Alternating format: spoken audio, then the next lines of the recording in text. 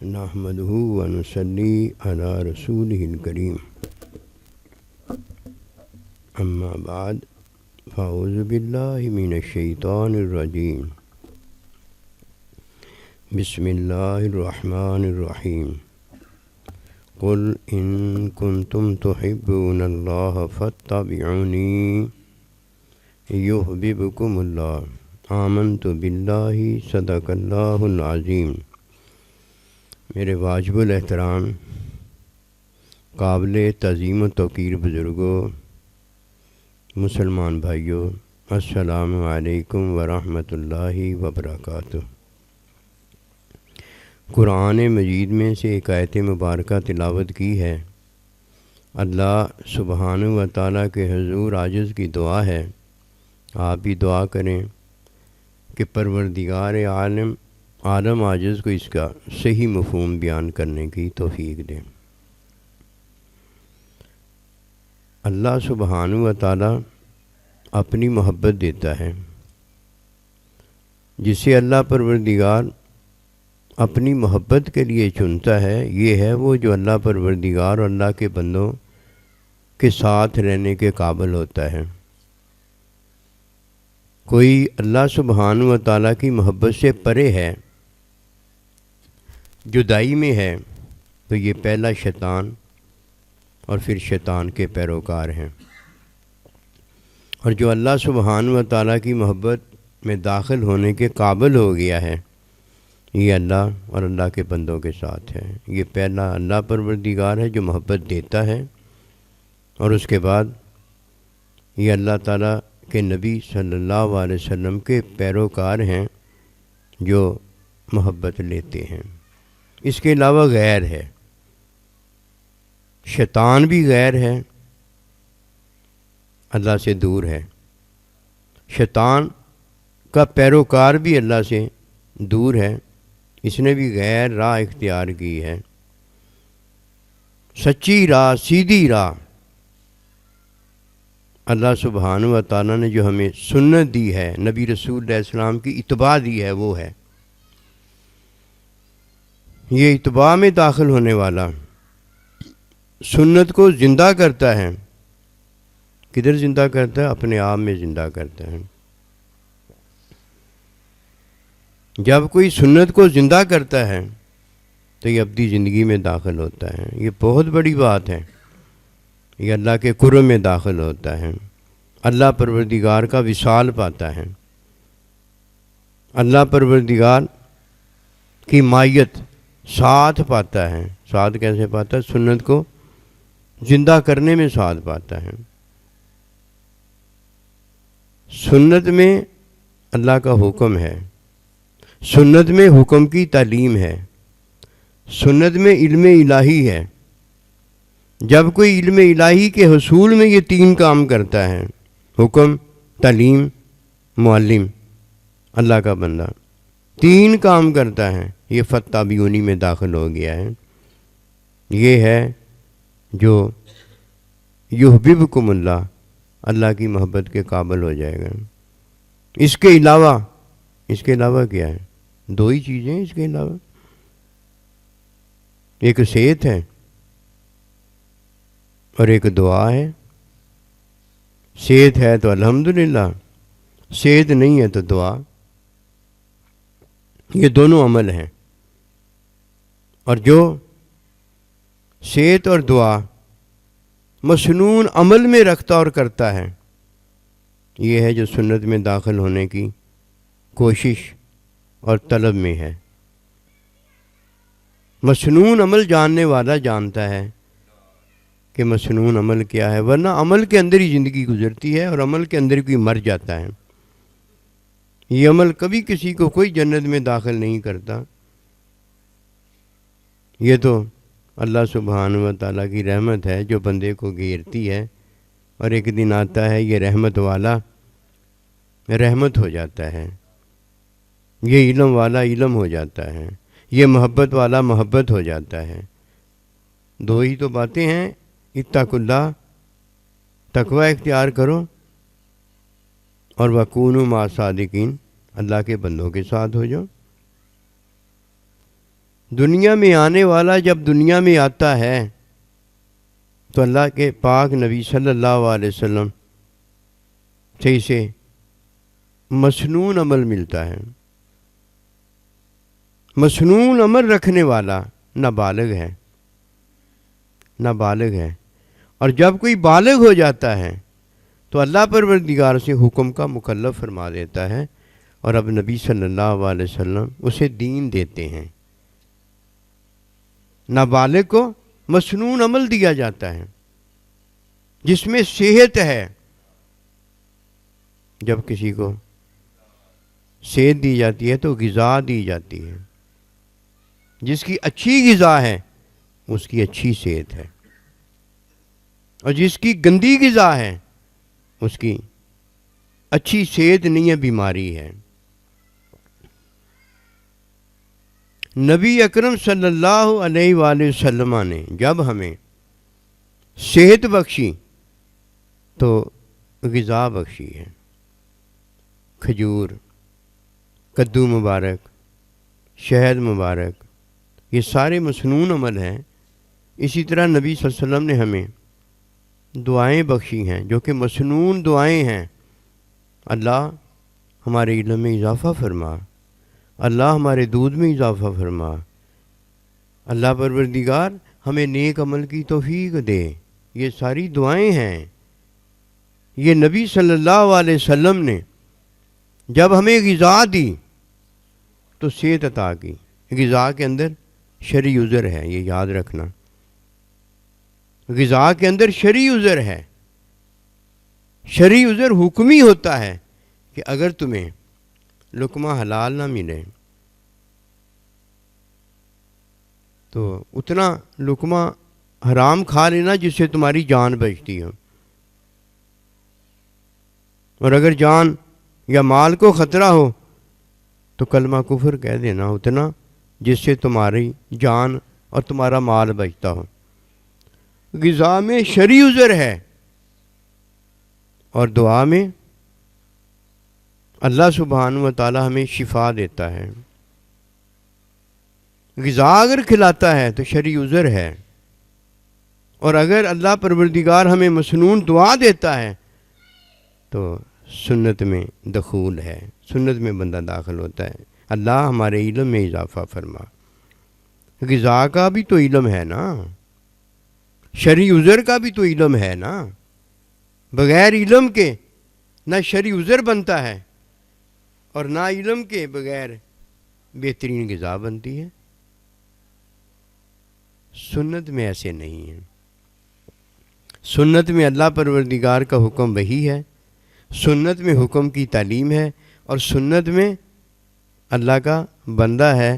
جب یہ تین چیزیں کسی کو عطا ہوتی ہیں تو اللہ اسے ایک علم الہی عطا کرتا ہے، اور علم الہی والے کو اللہ پروردگار کی چاہت کا علم ہوتا ہے. اور جب کوئی اللہ کی چاہت میں پھر عمل کرتا ہے، یہ ہے وہ جس نے اللہ کو راضی کیا ہے. بس یہ پہلے اللہ کے نبی اور صحابہ اکرام ہیں، اہل بیت ہیں رضوان اللہ تعالی علیہم اجمعین، جن کے بارے میں قرآن ہمیں بتاتا ہے لَقَدْ رَضِيَ اللَّهُ عَنْهُمْ وَرَضُوا عَنْهُ. انہیں نبی صلی اللہ علیہ وسلم نے تعلیم فرمائی، انہیں علم الہی بھی حاصل ہوا، اور علم الہی سے آگے انہیں اللہ پروردگار نے اپنی چاہت کا علم بھی دیا. ورنہ اگر اللہ کسی کو علم الہی دے تو یہ ذات، صفات، افعال کا علم ہوتا ہے کہ اللہ ایک ہے، یہی اللہ کی صفت ہے، یہ اللہ پروردگار کا اپنی صفات میں فعل کرنا ہے. اور جب اللہ سبحانہ و تعالیٰ کس سے راضی ہوتا ہے تو اسے اپنی چاہت کا علم دیتا ہے. پھر اللہ بتاتا ہے اے میرے محبوب میں تو یہ چاہتا ہوں، تو یہ کر اور یہ نہ کر. نبی صلی اللہ علیہ وسلم کے ساتھ جب اللہ پروردگار نے یہ کر اور یہ نہ کر فرمایا نا، اس وقت چاہت کا علم بتایا تھا. یہ تو بڑے اونچے اللہ کے بندے ہیں جو علم الہی کے اندر اللہ پروردگار کی چاہت بھی پا گئے ہیں. سنت میں اگر کوئی چیز ہے تو چاہت کا علم ہے. علم الہی ہے، ذات صفات افعال کا علم ہے، حکم کا علم ہے، حکم کی تعلیم کا علم ہے، معلم کا علم اور معلم کی چاہت ہے، جسے نبی صلی اللہ علیہ وسلم کی چاہت نہیں ملی۔ وہ صحابہ کرام تھوڑی ہوئے تھے، وہ اہل بیت تھوڑی ہوئے تھے۔ اس کی وجہ ایک ہی ہے کہ نبی صلی اللہ علیہ وسلم کی چاہت میں اللہ پاک کی چاہت ہے، کیونکہ اللہ پروردگار اپنے نبی رسول اللہ علیہ السلام کو اپنی چاہت کا علم دیتا ہے۔ آگے آپ ابوبکر صدیق رضی اللہ تعالیٰ عنہ کو بتاتے ہیں، چاہت کا علم دیتے ہیں۔ ابوبکر صدیق عمر فاروق رضی اللہ تعالیٰ عنہ کو چاہت کا علم دیتے ہیں۔ ایسے یہ چاہت کا علم بھی آگے تعلیم میں عام ہوتا چلا جاتا ہے۔ یہ ہے بتانا۔ حدیث نبی صلی اللہ علیہ وسلم کا عمل ہے، نبی رسول اللہ علیہ السلام کا قول ہے، اور آپ چپ اگر کسی بات پر رہے تو یہ حدیث پاک ہے۔ قرآن مجید میں اللہ پروردگار کا حکم وہی ہے، جیسے حدیث کی تعلیم ہے ایسے ہی قرآن مجید کی بھی تعلیم ہے، اور دینے والا معلم ہے، استاد ہے۔ سنت میں 3 چیزیں ہیں، صحت میں غذا اور شرعی عذر ہے۔ غذا اس وقت تک ہے جب تک کوئی نابالغ ہے، اور جیسے ہی کوئی بالغ ہو جاتا ہے تو اب حلال ہے یا شرعی عذر میں حرام اتنا ہے جس سے جان اور مال بچتا ہو۔ دعا میرا اور آپ کا عمل ہے، غذا میرا اور آپ کا عمل ہے۔ دعا نبی صلی اللہ علیہ وسلم جو ہمیں دی ہے اور جو آپ نے غذا کھائی ہے، یہ آپ کا عمل ہے۔ اسے مسنون عمل کہا جاتا ہے، سنت نہیں، مسنون عمل کہا جاتا ہے۔ سنت عمل نہیں ہے، سنت میں اللہ پروردگار کا حکم کی تعلیم، علم الہی، اور یحببکم اللہ، اللہ کی محبت یعنی اللہ کی چاہت ہے۔ نصیب والا تو وہ ہے جس نے اس بات کو جانا ہے، ورنہ مولوی صاحب اس بات کو کب جانتا ہے؟ وہ تو عمل کو دین کہتا ہے، عمل دین تو نہیں ہے۔ یدخلون فی دین اللہ، جسے اللہ کا بندہ سنت میں داخل کرتا ہے، یہ دین ہے۔ اس کے علاوہ تو دین میرا اور آپ کا عمل دین تھوڑی کہا جا سکتا ہے۔ نصیب والا ہے جسے اللہ سبحانہ و تعالیٰ نے غیر سے بچایا ہے۔ یہ غیر سے بچنے والا وہ ہے جس نے صحت اور جس نے دعا دونوں کو عمل جانا ہے۔ نابالغ ہے تو صحت کے لیے غذا اور دعا کرتا ہے، صحت کے لیے غذا اور دعا کرتا ہے، نابالغ ہے تب، اور جب بالغ ہو جاتا ہے اللہ کے بندے کی تلاش میں رہتا ہے۔ باطن میں تلاش ہوتی ہے، ظاہر میں تلاش نہیں ہوتی۔ باطن میں منزل کی طرف جا رہا ہوتا ہے، باطن میں اپنا گھر دیکھ رہا ہوتا ہے، باطن میں جس کا متلاشی ہوتا ہے اس کو تلاش کر رہا ہوتا ہے، ظاہر نہیں۔ جس نے باطن میں اللہ کے بندے کو تلاش کیا ہے، یہ گھر سے کہیں نہیں گیا، اس کے باطن کو اللہ پروردگار نے سنت کو زندہ کرنے کے لیے قبول کرنی ہے۔ اس نے سنت کو زندہ کیا، سنت کو زندہ کرنے والا ہے جو سنت میں داخل ہوتا ہے۔ یہ پتہ کیا سنت؟ یدخلون فی دین اللہ، وہ دین میں داخل ہوا ہے، اور جو سنت کو گرانے گیا اس کو کیا پتہ ہے؟ اس کو تو پتہ ہی نہیں اس بات کا۔ اب دیکھیے، سننا میری بات، اگر حلال ملتا ہے تو حلال غذا مسنون ہے، وہ کھائے گا، اور اگر حلال غذا مسنون کا نہیں پتہ تو جو غذائیں حلال ہیں ان کو کھائے گا، اور اگر نہیں ملتی غذا تو اللہ سے دعا کرے گا، اگر بیماری نہیں جاتی تو اللہ سے دعا کرے گا، یہ غذا ہی ہے نا، دعا کرے گا۔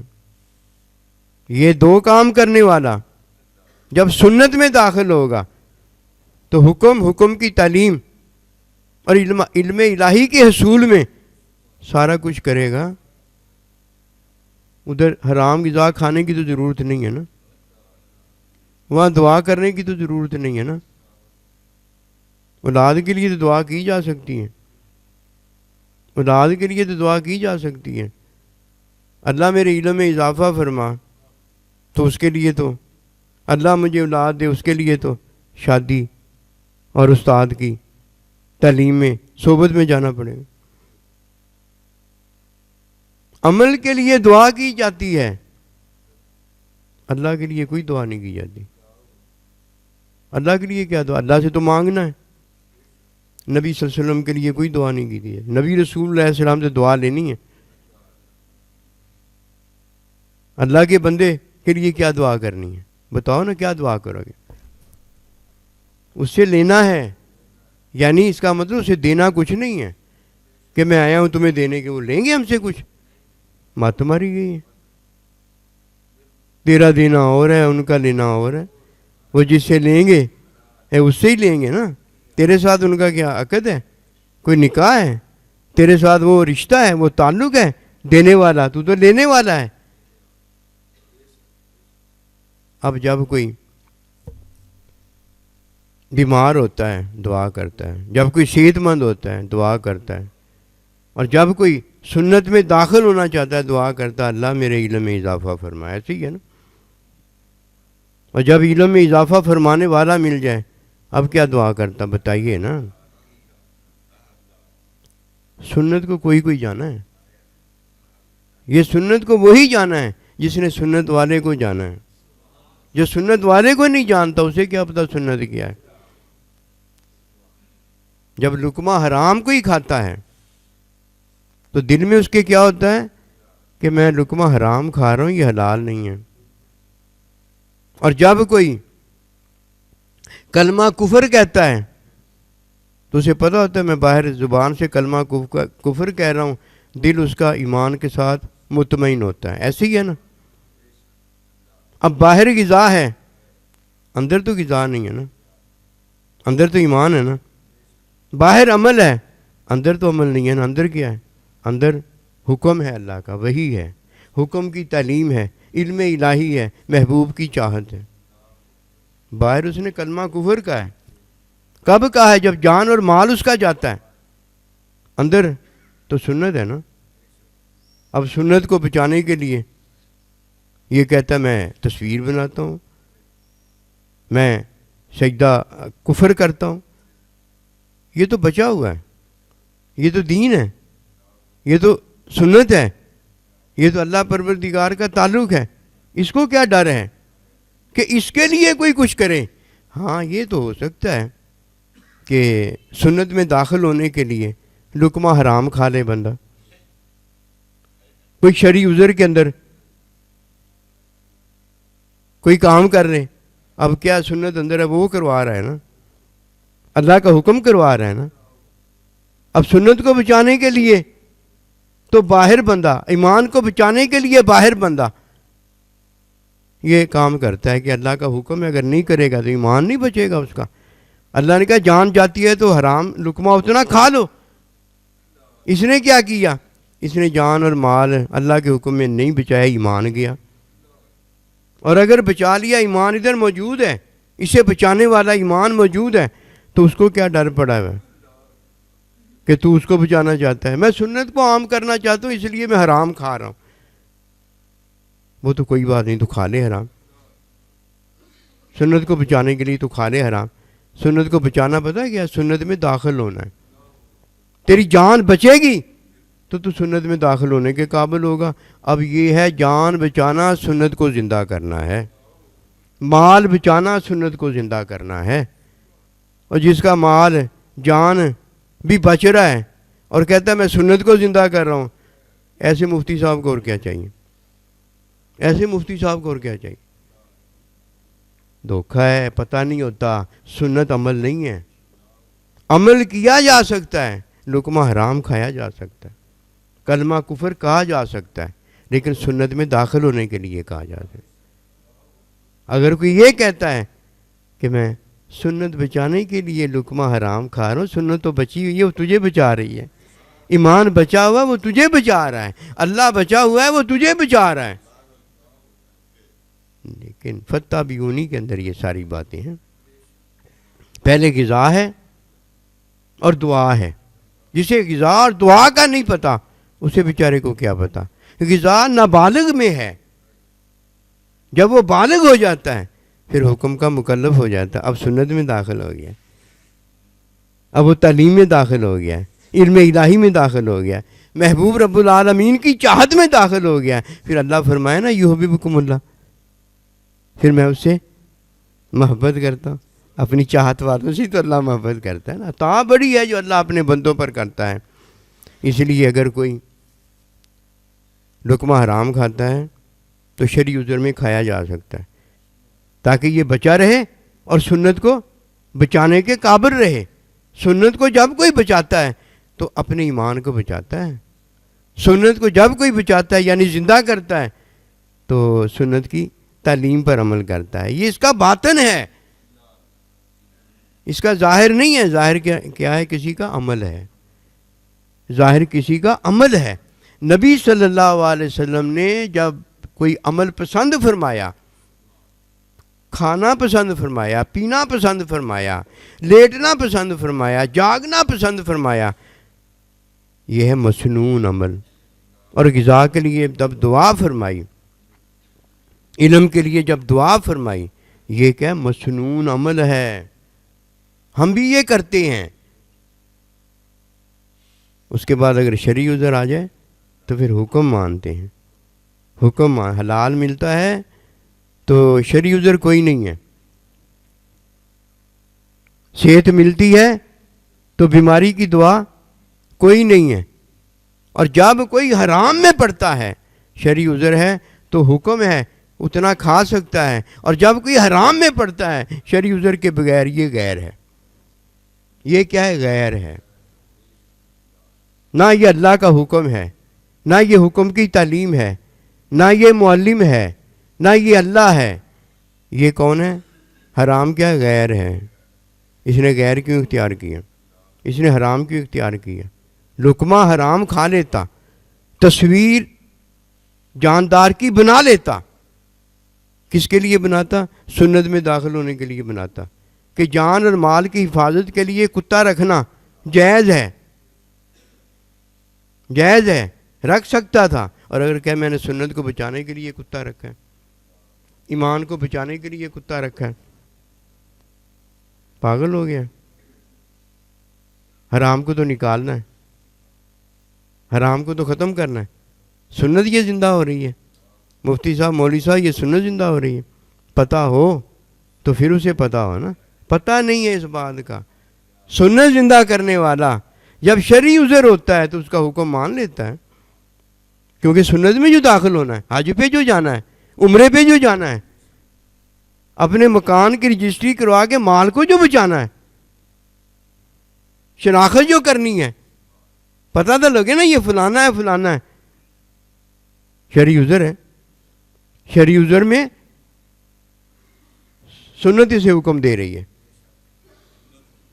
سنت اسے بچا رہی ہے، اس کے جان کو بھی بچاتی ہے، اس کے مال کو بھی بچاتی ہے، کس لیے کہ بچا رہے گا تو سنت میں ہمیشہ آباد ہو جائے گا۔